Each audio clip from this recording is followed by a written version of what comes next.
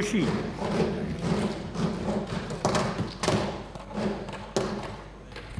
माननीय सभापति महोदय, मांग संख्या 29 पर आपने मुझे बोलने का अवसर दिया, इसके लिए बहुत बहुत आभार व्यक्त करता हूं।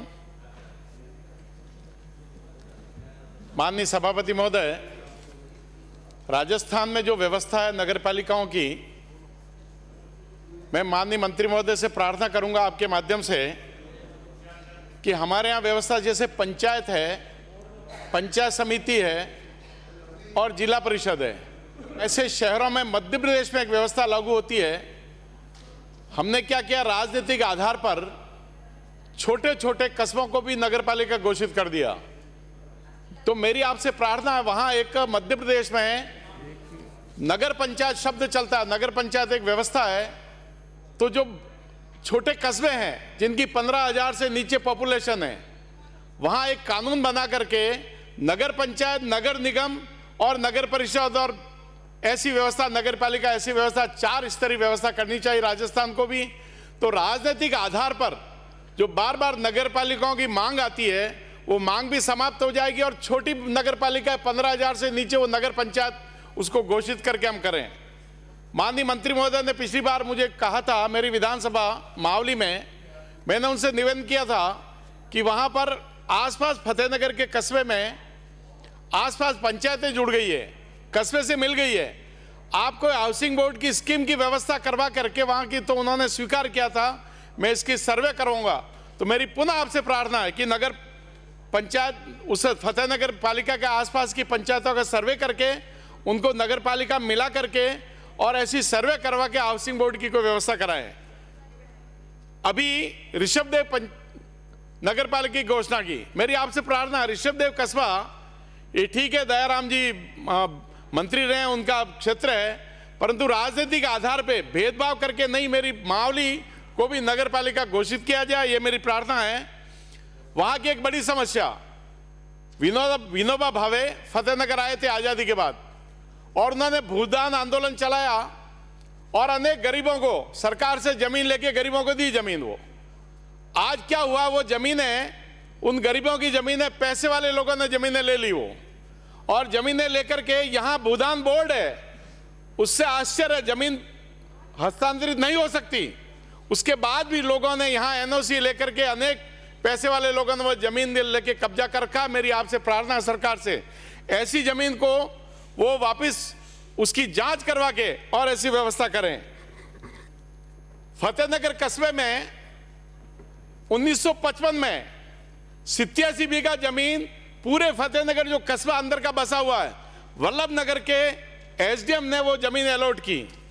उसके बाद हमारे यहाँ पंचायत राज कानून लागू हो गया, फतेहनगर जो है कस्बा वो सनवार पंचायत में आ गया। सनवार पंचायत ने वो दुकानें अलॉट कर दी, घर अलॉट कर दिए। आज पूरा फतेहनगर कस्बा 87 बीघा में जो बसा हुआ है, वो ऐसा मानना चाहिए सरकार के रिकॉर्ड के हिसाब से अवैध है। 55 की उनके पास जमीन की अलॉटमेंट के कागज है, उसकी रसीद है, और उसके बाद पंचायत ने पट्टे दिए, उसकी भी रसीद है, परंतु वो नगर पालिका ने अभी उनको पट्टे नहीं दिए। मेरी सरकार से प्रार्थना है, वो 87 बीघा जो 100 साल से लोग बसे हुए हैं, फतेहनगर के बसने के साथ ही उनको वहां बसा के उसकी व्यवस्था किया जाए। माननीय सभापति महोदय, हमारे मावली क्षेत्र के कुछ गांव उदयपुर की यूआईटी में पैराफेरी में आए हैं। अब पैराफेरी गांवों की व्यवस्था यह है कि पंचायत की वो जमीन नहीं, जमीन यूआईटी में चली गई, पंचायत उसका पट्टा नहीं दे सकता, विकास का काम यूआईटी करवाएगी। पहले जब जनप्रतिनिधि चेयरमैन होते थे, चाहे कांग्रेस के हो भाजपा के हो, पर पैराफेरी के गांवों ने विकास के काम किए, परंतु जब से अधिकारी आए, अधिकारी सड़कें टूट गई, वहां पंचायत पट्टा दे नहीं सकती, यूआईटी पट्टा दे रही है। मेरी प्रार्थना है, ऐसे मावली विधानसभा के 15 गांव में विकास के काम जो पेंडिंग है उसको करवाया जाए। उदयपुर जिले के कुल मिला के 27 गांव है। माननीय सभापति महोदय, उनको निर्माण की अनुमति नहीं, शहर में यूआईटी में ऐसी स्थिति है कि कॉम्प्लेक्स की परमिशन मिल गई, लोग रह रहे हैं, लोगों ने पट्टे ले लिए, अब वहां पानी निकासी कोई व्यवस्था नहीं है, यूआईटी के पास आदमी भटकता है, तो यूआईटी कहती है कि भाई सामने निजी जमीन आ गई है और निजी जमीन के कारण पानी कोई निकासी नहीं है, वहां भारी गंदगी फैल रही है, तो मेरी आपसे प्रार्थना इसको भी ठीक किया जाए। माननीय सभापति महोदय, शहर से लगा बेदला कस्बा है जो मावली विधानसभा में आता है, बिल्कुल शहर में ही है। वहां की स्थिति ये है, एक पुलिया बनानी है। अभी फोटो आया था अखबार में, राजस्थान पत्रिका में, कि वहां एक व्यक्ति की डेथ हो गई शमशान घाट जाने के लिए, और 3-3 फीट पानी में डेड बॉडी को लेके जा रहे हैं। मैंने अनेक पत्र लिखे यूआईटी को।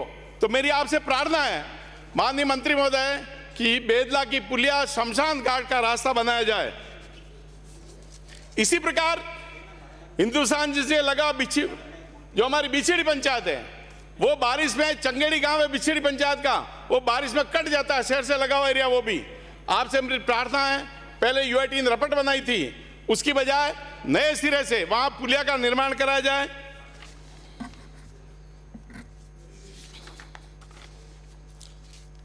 कृषि भूमि के पट्टे दिए जा रहे हैं, और कृषि भूमि के पट्टे के साथ ही वो जो डेवलपमेंट का काम है यूआईटी के पास नहीं। हमारी उदयपुर में लगभग 100 कॉलोनी ऐसी है जहां पर सरकार को आय हो सकती है। सरकार वहां से किसी भी कीमत में, चाहे भाजपा की सरकार हो, कांग्रेस की सरकार हो, उन लोगों को बेदखल नहीं कर सकती। तो मेरी सरकार से प्रार्थना है, उदयपुर में जैसे सहेली नगर है, शहर के बीच में आ गया, महाराणा प्रताप कॉलोनी है, हमारा हर्ष नगर है शीशारमा पर, वहां सैकड़ों मकान बन गए। यूआईटी किसी भी कीमत में कोई सी सरकार उसको हटा नहीं सकती। क्यों नहीं उनको कन्वर्ट करके, मिनिमम सड़क निकाल के कन्वर्ट करके, सरकार को उससे रेवेन्यू प्राप्त होगा और लोगों को पट्टे मिल जाएंगे। ये भी एक बड़ी सुविधा हो जाएगी। यूआईटी, उदयपुर की यूआईटी रेन हार्वेस्टिंग नाम से पैसा लेती है। 3000 स्क्वायर फीट से ऊपर के प्लॉट पे पैसा जमा करती है। पैसा जमा करा लिया, पट्टा ले गया, वो निर्माण का स्वीकृति होगी उसको, वो निर्माण कर रहा है, परंतु उसे सिस्टम नहीं लगाया। यूआईटी के पास मॉनिटरिंग की कोई व्यवस्था नहीं है। मेरी आपसे प्रार्थना, वो व्यवस्था करें। एक और मेरा निवेदन, पिछली बार निवेदन किया था, छोटे प्लॉट है, 1000-1200 फीट के प्लॉट है, क्यों नहीं आप मानक तय करके एक मॉडल बना करके, भाई 30 फीट की रोड पर है, ये 200 नक्शे हैं, इसमें सिलेक्शन कर लें कौन सा आपको चाहिए। यूआईटी नगर पालिका में पैसा जमा करा दें और पैसा जमा कर अपना काम चालू करें। कोई भी इंस्पेक्टर जाएगा, कोई परेशानी, जो नियम से चलने वाले लोग हैं उनको कोई परेशानी नहीं होगी।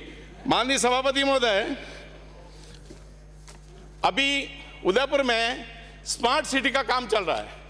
1200 करोड़ रुपए भारत सरकार ने दिए हैं। आपको आश्चर्य होगा, स्मार्ट सिटी में कोई बाहर का अधिकारी नहीं है, कोई कर्मचारी नहीं है, नगर पालिका के कर्मचारी उसमें काम कर रहे हैं। और अभी भी लगभग 1.5-2 महीने पहले 2 लाख रुपए एक अधिकारी रिश्वत लेके पकड़ा गया। आपसे मेरी प्रार्थना है, स्मार्ट सिटी में मॉनिटरिंग की व्यवस्था करवाई जाए, अलग से एजेंसी व्यवस्था की करवाई जाए। आपको आश्चर्य होगा, सीवरेज की लाइन पड़ रही है, सीवरेज की लाइन में कहीं कहीं पर 6-6 इंच के पाइप है। अब जो समतल एरिया है, समतल एरिया में क्या होगा कि आदमी के बेडरूम में उसका पाइप फूटेगा, गंदगी वहां फैलेगी। फिर आपसे एक प्रार्थना है, उदयपुर में सीवरेज लाइन पहले भी नो कंस्ट्रक्शन जोन में, पिछोला में, फतेहसागर में होकर के सीवरेज लाइन पड़ी है। आज कई बार ऐसा वहां होता है कि उस पानी के फव्वारे उसमें छूटते हैं सीवरेज के, फिर अधिकारी दौड़ते हैं, परंतु किसी के खिलाफ कोई कार्रवाई आज तक नहीं हुई है। मेरी आपसे प्रार्थना है, इसको भी ठीक किया जाए। सामुदायिक भवन यूआईटी बना रखे हैं, नगर पालिका बना रखे हैं। सामुदायिक भवन एक बार बना दिए, पैसे लगाए, उस पर मॉनिटरिंग की व्यवस्था नहीं है, कोई सफाई की व्यवस्था नहीं है। इसको भी आप ठीक करें। मेरी आपसे प्रार्थना, मोटा मोटा ये आपसे निवेदन करना था, निर्माण कार्य, अवैध निर्माण यूआईटी तोड़ती है, फिर वापस बन जाता है, पता नहीं कहां से परमिशन आते हैं। वो छोटे गरीब आदमी का निर्माण तोड़ता है तो वो हिम्मत नहीं करता दूसरी बार बनाने की, परंतु जो पैसे वाले लोग हैं जिनके कॉम्प्लेक्स बने हुए हैं, आपको आश्चर्य होगा, सब जगह परमिशन 4 मंजिल की, 5 मंजिल की है, उसे 2-2, 3-3 मंजिल एक्स्ट्रा बना दिए। मेरा आपसे निवेदन है, एक सामूहिक रूप से इसको किया जाए। उदयपुर में एक निजी हॉस्पिटल है जिसको सरकार ने 1 रुपए में जमीन दी है। सरकारी जो बंगले हैं शहर के बीच में, सरकारी बंगलों को तोड़ करके उसको जमीन दी। आज वहां लूट मची हुई है, सरकार की कोई मॉनिटरिंग नहीं है। आपसे मेरी प्रार्थना है, इन सब बातों को ध्यान देकर के मॉनिटरिंग करके व्यवस्था को ठीक किया जाए। ये मेरी प्रार्थना। बहुत बहुत धन्यवाद। नमस्कार। माननीय श्री वेद प्रकाश सोलंकी।